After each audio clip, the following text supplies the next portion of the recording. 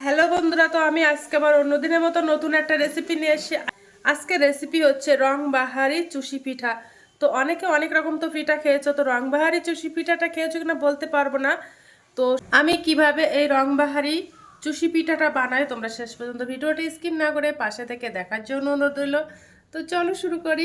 তা উনানে আমি একটা ফ্রাইং প্যান দিয়ে দিয়েছি। এবার আমি ওর মধ্যে এই বাটির 1.5 বাটি জল দিয়ে দেব। আর আমি এই চুষি পিঠাটা চালের গুঁড়ো দিয়েই বানাবো। এই বাটির আমি 1.5 বাটি জল দিয়ে দিলাম। গ্যাসটা অন করে দিলাম। জলের মধ্যে আমি 1/2 চামচ লবণ দিয়ে দেব। এবার ভালো করে আমি জলটা ফুটিয়ে নেব। দেখো জলটা ফুটে গেছে। এবার আমি ওই বাটির 1 বাটি চালের গুঁড়ো দিয়ে দেব, দিয়ে একটা শক্ত ডো বানিয়ে নেব।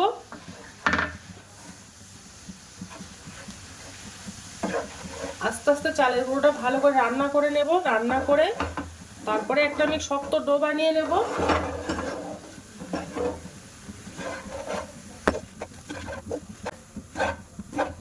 ডোটা যেন নরম না হয় এমনভাবে ডোটা বানাবো, একটু শক্ত করেই বানাবো। তো 1.5 বাটি জলে দেখো আমি 1 বাটি চালের গুঁড়ো দিয়েছি।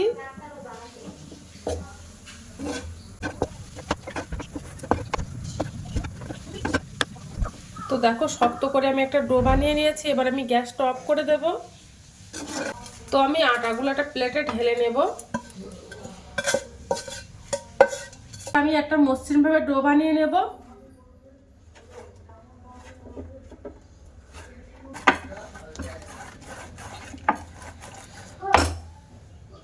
এবার এটা আমি 4টে ভাগে ভাগ করে নেব। তো দেখো আমি 4টে ভাগে ভাগ করে নিয়েছি। এই পিঠাটা রংবাহারি করার জন্য আমার 3টে কালার লাগবে। তো দেখো আমি একটা গাজর, একটা বিট আর পালং শাক এগুলো মিক্সার গ্রাইন্ডারে দিয়ে পেস্ট বানিয়ে নিয়েছি। আর এটা একদম কেমিক্যাল ছাড়াই বানাবো। কালারগুলো এবার আমি মেশাবো। আর এটা একদম স্বাস্থ্যসম্মত, এটা কোনো কেমিক্যাল ছাড়াই কিন্তু আমি এই রংবাহারি পিঠাগুলোই বানাবো। কিছুটা পরিমাণে বিট নিয়ে নেব, বিটের রস দিয়ে দেব, দিয়ে এটা লাল কালার বানিয়ে নেব।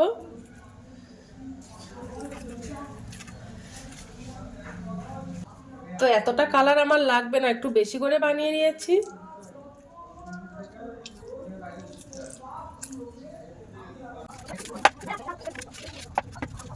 তো দেখো বিট দিয়ে এই কালারটা বানিয়েছি, এটা মেশানো হয়ে গেছে। এবার আমি গাজরের কালারটা মেশাবো। গাজরের কালারটা মেশানো হয়ে গেছে।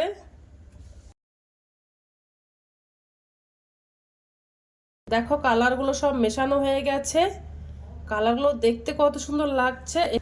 তো কালারগুলো সব মেশানো হয়ে গেছে, দেখতেও কিন্তু দুর্দান্ত লাগছে। তো এবার আমি পিঠাগুলো সব বানিয়ে নেব এক এক করে। আমি লাল কালার দিয়ে বানাবো পিঠাটা। ভালো করে মসৃণ ভাবে লম্বা করে নেব। তো কাঁচি দিয়ে ছোট ছোট করে কেটে নেব, তাহলে পিঠাগুলো বানাতে সুবিধা হবে, একই রকম হবে সাইজের।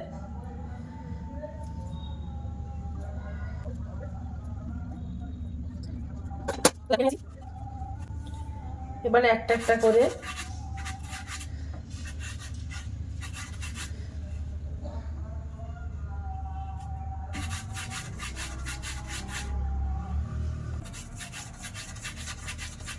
তো লাল কালারের চুষি পিঠাটা বানানো হয়ে গেছে। এবার আমি সবুজ কালারটা বানিয়ে নেব। আর আমি কাঁচি দিয়ে কেটে দেব। কাঁচি দিয়ে কাটলে একই সমান হয় পিঠাগুলো। তো একটা করে ছোট টুকরো নেব আর হাতের তালুর মধ্যে দিয়ে দেখো লম্বা লম্বা করে নেব। এবার দেখো হলুদ কালারগুলো বানিয়ে নিচ্ছি। কতটা সহজ এই পিঠাটা বানানো। তো পিঠাগুলো সব বানানো হয়ে গেছে, আর কত সুন্দর লাগছে দেখতে। আমি পিঠাগুলো সব রান্না করে নেব। তো দেখো 500 ml আমি গরুর দুধ দিয়ে দিয়েছি। এই দুধ দিয়ে আমি রান্নাটা করব। ঘন করে জাল করে নেব দুধটা আগে। ওর মধ্যে আমি 150 গ্রাম চিনি দিয়ে দেব। চিনিটা দিয়ে ভালো করে জাল করে নেব। মধ্যে একটু গুঁড়ো দুধ দিয়ে দেব। গুঁড়ো দুধটা দিলে খেতে ভালো লাগে, তার জন্য গুঁড়ো দুধটা দিয়ে দেব। দিয়ে ভালো করে জাল করে নেব।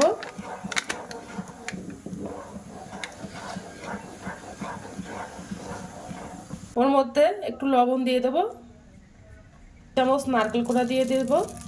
ওর মধ্যে 3 চামচ নারকেল কোড়া দিয়ে দিলাম। তোমাদের কাছে যদি ফ্রেশ নারকেল কোড়া থাকে ওটাও দিতে পারো, তো আমার কাছে ওটা নেই বলে তার জন্য আমি নারকেল গুঁড়োটা দিয়ে দিলাম। 2টো তেজপাতা দিয়ে দেব। দিয়ে ভালো করে দুধটা ফুটিয়ে নেব। একটু কিশমিশ দিয়ে দেব, কিশমিশটা দিলে খেতে ভালো লাগে। পিঠাগুলো বানিয়েছিলাম ওই পিঠাগুলো দুধের মধ্যে দিয়ে দেব। দেখো কতটা সুন্দর লাগছে দেখতে।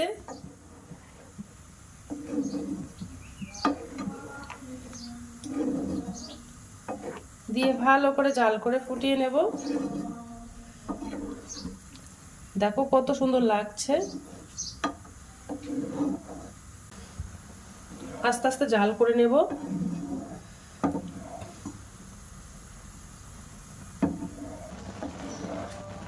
তো পিঠাটা বানানো হয়ে গেছে, এবার আমি গ্যাসটা অফ করে দেব। একটু হালকা রেখে দেব, পরে আরো জমে যাবে।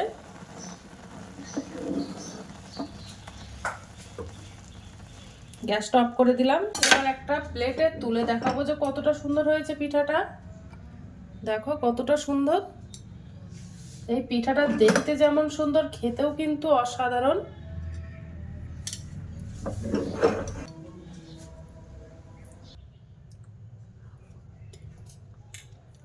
তো আজকের দিনের মতো ভিডিওটা এখানে শেষ করছি। আগামী দিন আবার একটা নতুন ভিডিও নিয়ে চলে আসবো। তো টাটা বাই বাই, সবাই ভালো থাকবে।